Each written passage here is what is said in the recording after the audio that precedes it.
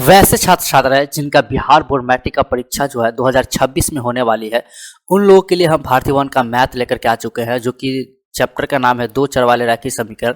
और इस दो चर वाले रैखिक समीकरण में प्रश्नावली 2 के सी, और इस 2 के सी का पार्ट 6 वीडियो हम लेकर के आ रहे हैं। इससे पहले जो भी पार्ट 1, पार्ट 2, पार्ट 5 तक जो था वो हमने अपलोड कर चुके हैं। आज की इस वीडियो में पार्ट 6 लेकर के आ रहे हैं, और इसमें जो हमारा क्वेश्चन नंबर होने वाली है वो 16 नंबर होने वाली है। क्या होने वाली है? 16 नंबर। जैसा कि आप देख सकते हो 16 नंबर क्वेश्चन। इस 16 नंबर का पहला नंबर क्वेश्चन जो है इस तरीके से हमारा दिया हुआ है, और इसको हम कंप्लीट करेंगे। अब देखो कि कैसे कंप्लीट करना है। क्या कह रहा है? एक नाविक अनुप्रवाह में 8 किलोमीटर 40 मिनट में जाता है। अनुप्रवाह करने का मतलब समझ गया? मतलब ये एक नदी है, समझो ये एक नदी है, इसमें पानी इस दिशा में चल रही है, ठीक है, इस दिशा में जा रही है। और उसके बाद जो एक नाविक है जो कि इस दिशा में आ रहा है, ठीक है, तो इसी को कहते हैं अनुप्रवाह। समझ में आ गया? और यहाँ प्रवाह की चाल मतलब शांत जल। शांत जल कहने का मतलब ये कि अगर पानी इस दिशा में जा रही है तो नाव भी इसी दिशा में जा रहा है, तो ये होता है शांत जल में, ठीक है। तो ये इस तरीके से जो है, और 1 घंटे में लौट आता है। तो शांत जल में नाविक की चाल और प्रवाह की चाल हमें कह रहा है ज्ञात करने के लिए। तो हम सबसे पहले हम लोग क्या करेंगे, मान लेंगे कि मतलब शांत जल में, यहाँ पे क्या लिखेंगे, माना कि क्या लिखेंगे, शांत जल में, है ना, शांत जल में ही कह रहा है ना, तो हम यहाँ पे लिखेंगे शांत जल में नाविक की चाल बराबर हम लोग क्या मान लेते हैं, x किलोमीटर प्रति घंटा मान लेते हैं। क्या मान लेते हैं? x किलोमीटर प्रति घंटा, ठीक है। उसके बाद प्रवाह की चाल भी कह रहा है, देख लो प्रवाह की चाल, तो यहाँ पे भी हम लिखेंगे प्रवाह की चाल बराबर, इसको हम लोग मान लेते हैं y किलोमीटर प्रति घंटा, तो यहाँ पे लिखेंगे y किलोमीटर प्रति घंटा, ठीक है। उसके बाद हम आपको बता दें कि इसमें जो है क्या चीज़ हो जाएगा कि यहाँ कह रहा है कि अनुप्रवाह में 8 किलोमीटर जो है 40 मिनट में जाता है, 8 किलोमीटर 40 मिनट में जाता है, ठीक है। तो कहने का मतलब ये हुआ कि हम आपको एक चीज़ बताने की कोशिश कर रहे हैं कि यहाँ पर देखो कि 40 मिनट है ना, ये किलोमीटर है, तो इसको हम लोग क्या करते हैं, घंटा में बदल लेते हैं। तो यहाँ पे हम लिखेंगे 40 मिनट, तो 40 मिनट बराबर क्या हो जाएगा, 40 को हम 60 से भाग देंगे तो घंटा में बदल जाएगा। और इसको अगर हम काटते हैं 0 से 0 कट जाएगा, ये 2 दूना 4 और 2 तिया 6, यानी कि 2/3 क्या हो जाएगा, घंटा हो जाएगा। क्या हो जाएगा? घंटा हो जाएगा, ठीक है। ये तरह समझ में आ गई। उसके बाद हम आपको बता दें कि एक चीज़ हम आपको ये चीज़ बता देते हैं कि देखिए कि अनुप्रवाह में 8 किलोमीटर है, तो यहाँ पे हम लोग लिखेंगे अनुप्रवाह में 8 किलोमीटर जाने में लगा समय। तो समय बराबर जो होता है फार्मूला वो दूरी बट्टा चाल होता है। क्या होता है? दूरी बट्टा चाल होता है, ठीक है। तो इस प्रकार से हम लोग लिख लिए। तो जिसमें हम एक चीज़ और हम आपको बताएंगे, क्या चीज़ कि दूरी जो है 8 किलोमीटर है, दूरी हमारा कितना है, 8 किलोमीटर है। तो इसका अनुप्रवाह का मतलब होता है कि नाविक की चाल प्लस धारा की चाल होता है। तो हम यहाँ पे इस चीज़ को हम लिख देते हैं, यहाँ नोट करके लिख देते हैं आपको, ताकि आपको कोई कन्फ्यूजन ना हो। नोट इस तरीके से, ठीक है। तो यहाँ हम लिख देते हैं दूरी 8 किलोमीटर है और अनुप्रवाह, हम आपको जो है ना अच्छे तरीके से बताने की कोशिश कर रहे हैं ताकि आपको कोई प्रॉब्लम ना हो। तो अनुप्रवाह का मतलब है कि नाविक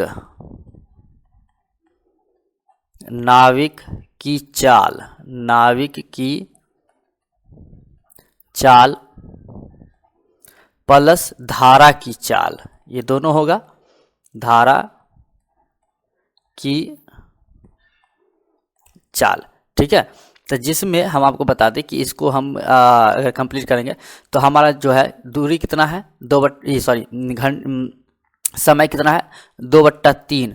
तो यहाँ पे हम लिखेंगे 2/3 और बराबर में क्या हो जाता है कि दूरी 8 है, मतलब 8/x प्लस y हो जाएगा। ठीक है, इस तरीके से। उसके बाद यहाँ पर हम तिरछा गुना करते हैं। क्या करते हैं, तिरछा गुना करते हैं। तो देखो 2 को x से गुना करेंगे 2x और ये प्लस 2y हो जाएगा, y से गुना करेंगे तो अब बराबर में ये 8 त्रिक क्या हो जाएगा 24।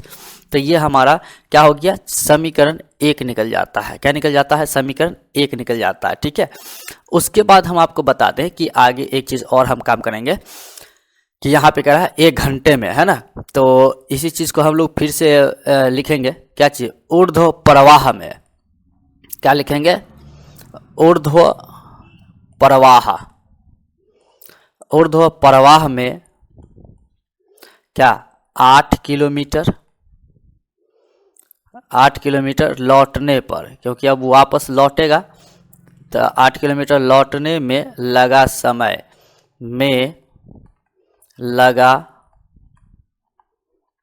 तो इसमें भी समय का जो फॉर्मूला होगा वो दूरी बट्टा समय होगा। क्या होगा, दूरी बट्टा समय हो जाएगा। ठीक है, और एक चीज़ और कि यहाँ पे जो लौटता है तो लौटने में जो है ना 1 घंटा लगता है। क्या लगता है, 1 घंटा लगता है।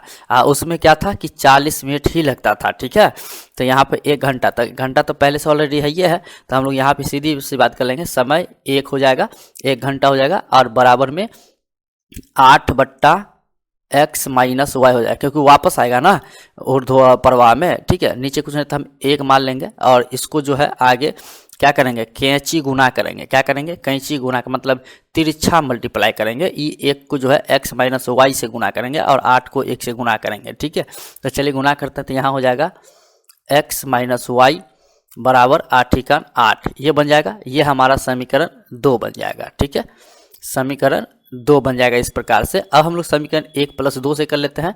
तो यहाँ पे लिखेंगे समीकरण 1 + 2 गुना 2 से, क्योंकि 2 को जो है 2 से गुना करेंगे तभी जाकर के बराबर होगा, 1 कट जाएगा। तो यहाँ पे लिखेंगे हमारा जो समीकरण 1 था 2x + 2y बराबर 8 24 था। ठीक है, और समीकरण 1 या तो यहीं पे देख ही रहे हो, इसको 2 से गुना करना है तो 2x माइनस 2y बराबर 8 दूना 16 हो जाएगा। अब यहाँ पर कहने का मतलब ये कि देखो प्लस माइनस 2y से 2y कट जाएगा। तो अब यहाँ पर हमारा 2x प्लस में है तो यहाँ 4x हो जाएगा और फिर बराबर में ये 24 और 16 प्लस में है तो ये जोड़ने के बाद जो है हमारा 40 हो जाएगा।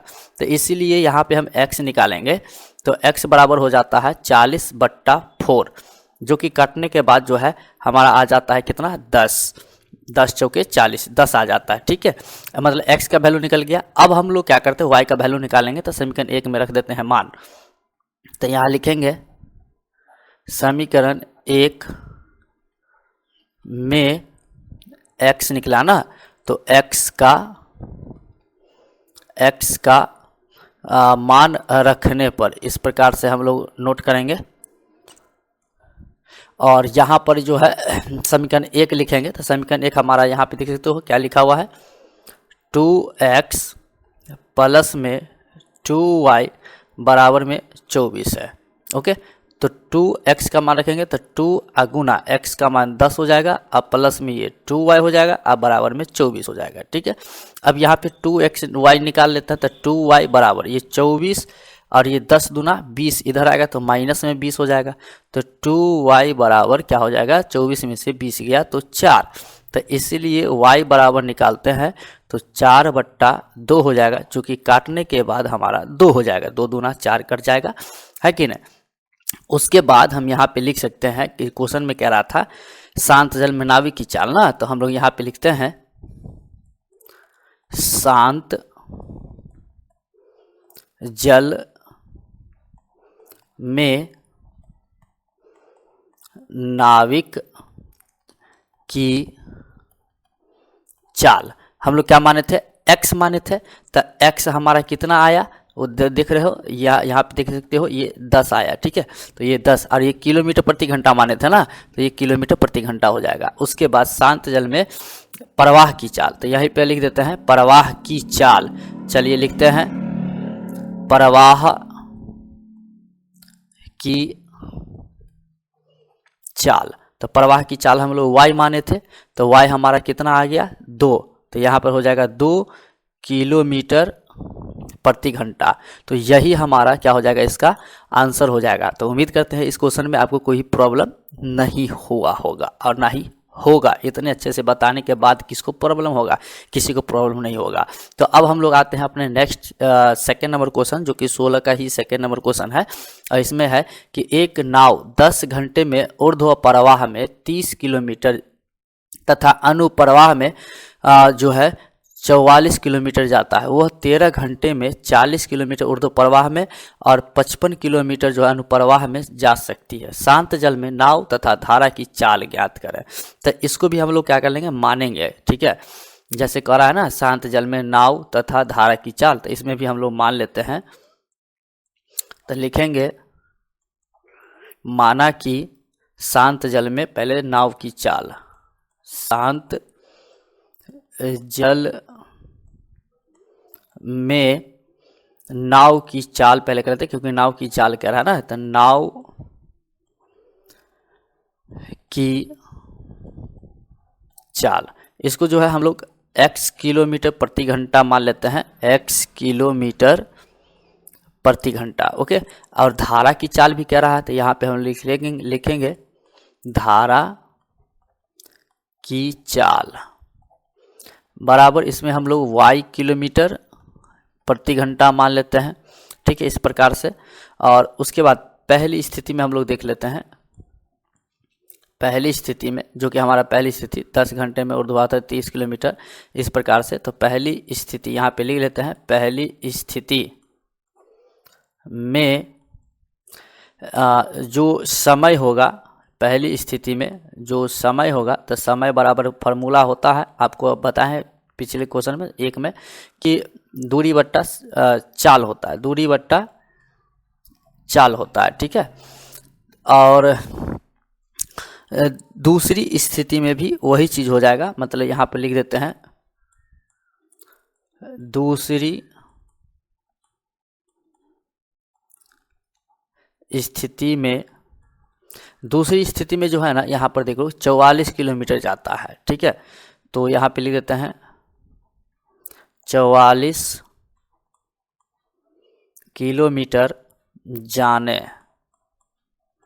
44 किलोमीटर जाने में लगा समय। तो इसका भी फार्मूला वही होगा, समय बराबर क्या होता है, दूरी बट्टा चाल, ओके।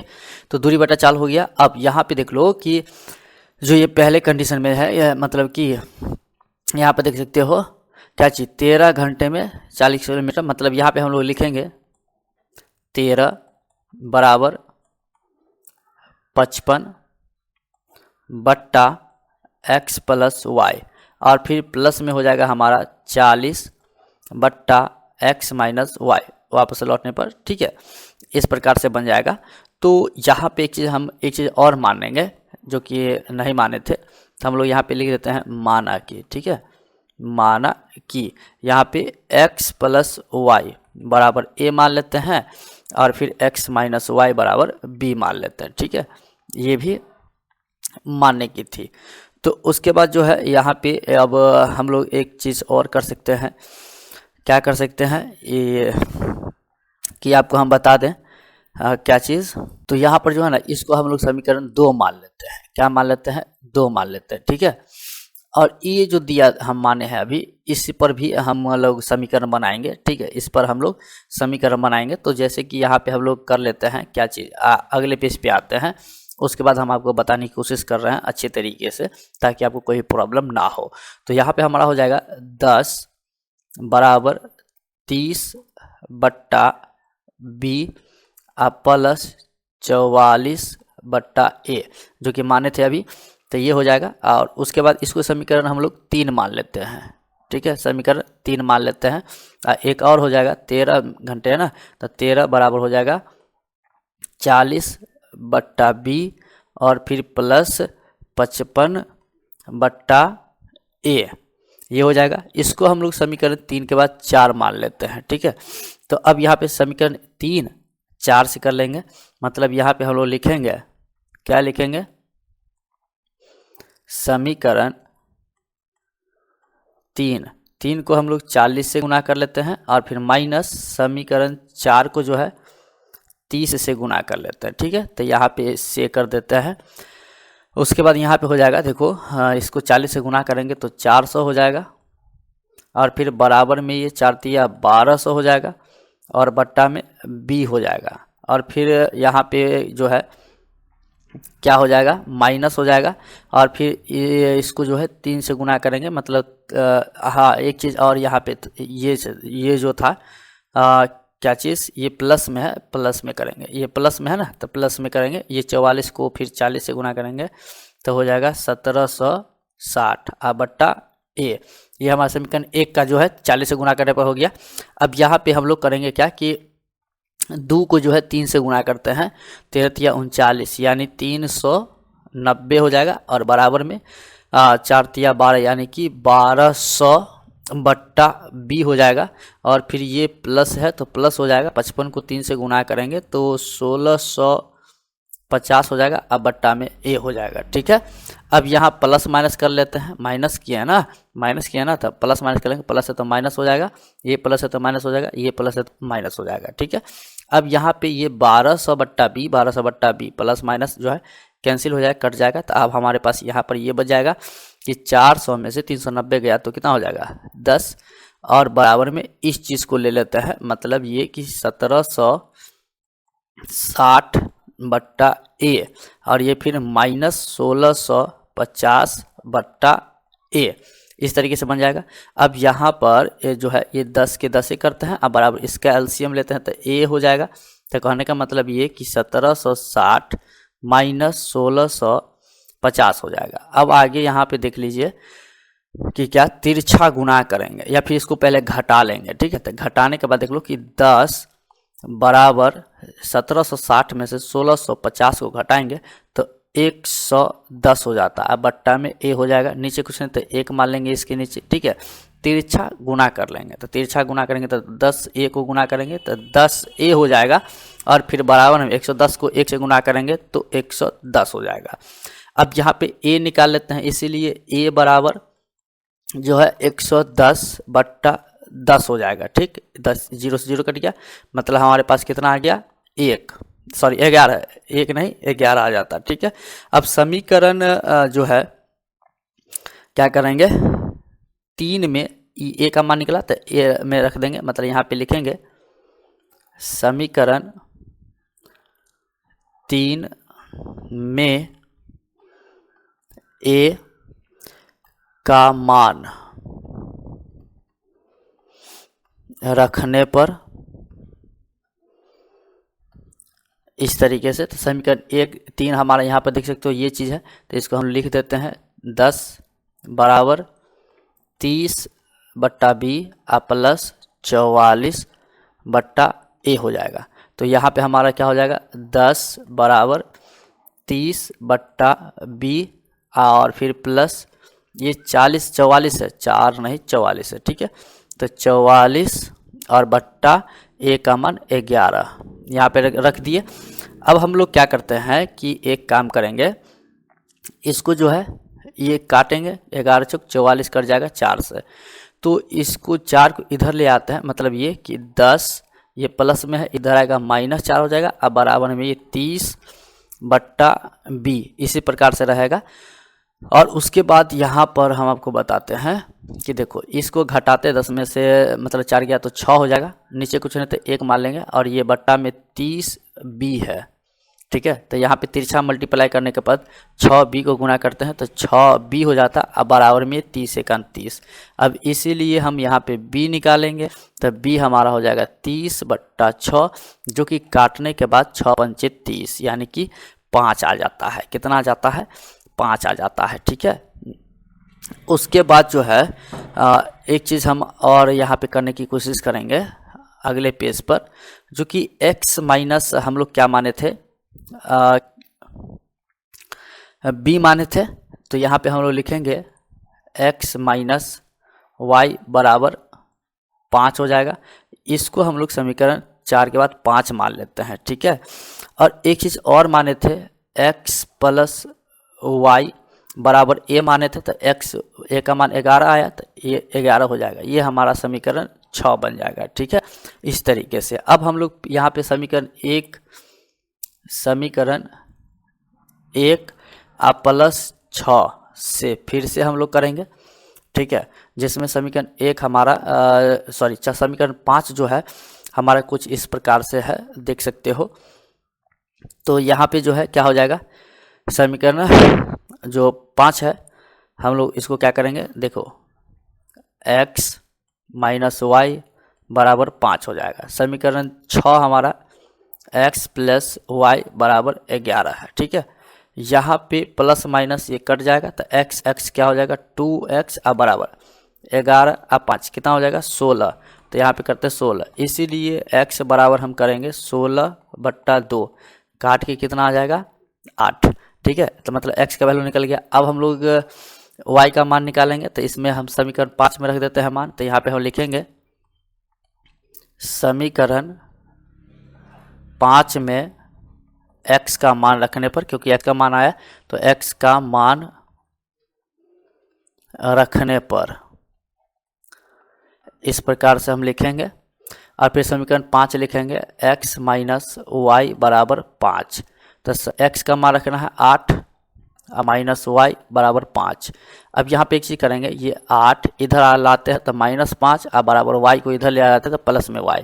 तो 8 में से 5 गया तो 3 बराबर y हो जाएगा, यानी y का मान कितना आ गया 3 आ गया। x का मान कितना आ गया हमारा 8 आ गया। ठीक है, तो हमें बताया गया था कि शांत जल में नाव की चाल और धारा की चाल निकाले। तो हम लोग यहाँ पे लिख सकते हैं, कौन चीज़ शांत जल में था ना, तो यहाँ पे हम लोग लिख सकते हैं शांत जल में नाव की चाल। ठीक है, नाव की चाल हम क्या माने थे, x माने थे किलोमीटर प्रति घंटा। ठीक है, तो x हमारा कितना आया 8, तो यहाँ 8 किलोमीटर प्रति घंटा, ये हमारा एक आंसर हो जाएगा। और फिर कह रहा था धारा की चाल, तो यहाँ पे हम लोग लिखेंगे धारा की चाल। तो यहाँ पे लिख देते हैं धारा की चाल। तो धारा की चाल हम लोग y किलोमीटर प्रति घंटा माने थे, है कि नहीं। तो जिसमें y हमारा कितना आएगा 3, तो यहाँ पे हो जाएगा हमारा 3 किलोमीटर प्रति घंटा। एक आंसर ये हो जाएगा, मतलब ये हमारा आंसर इस तरीके से आ गया। उसके बाद जो है हमारा ये कंप्लीट हो गया, पार्ट 6 कंप्लीट हो गया। अब नेक्स्ट जो वीडियो बनेगा वो हमारा पार्ट 7 बनेगा। क्या बनेगा, पार्ट 7 बनेगा। और इस पार्ट 7 में पूरे क्वेश्चन कंप्लीट कर दिया जाएगा। ठीक है, और हमारे चैनल को अब तक सब्सक्राइब नहीं किए हुए तो सब्सक्राइब कर लीजिए इस पार्ट 7 वीडियो को देखने के लिए, क्योंकि हम जब भी ये अपलोड करेंगे तो आपको सबसे पहले मिल पाएगा। तो चलिए आज के लिए दैट्स ऑल, थैंक यू, मिलेंगे नेक्स्ट वीडियो में, तब तक के लिए टाटा बाय बाय।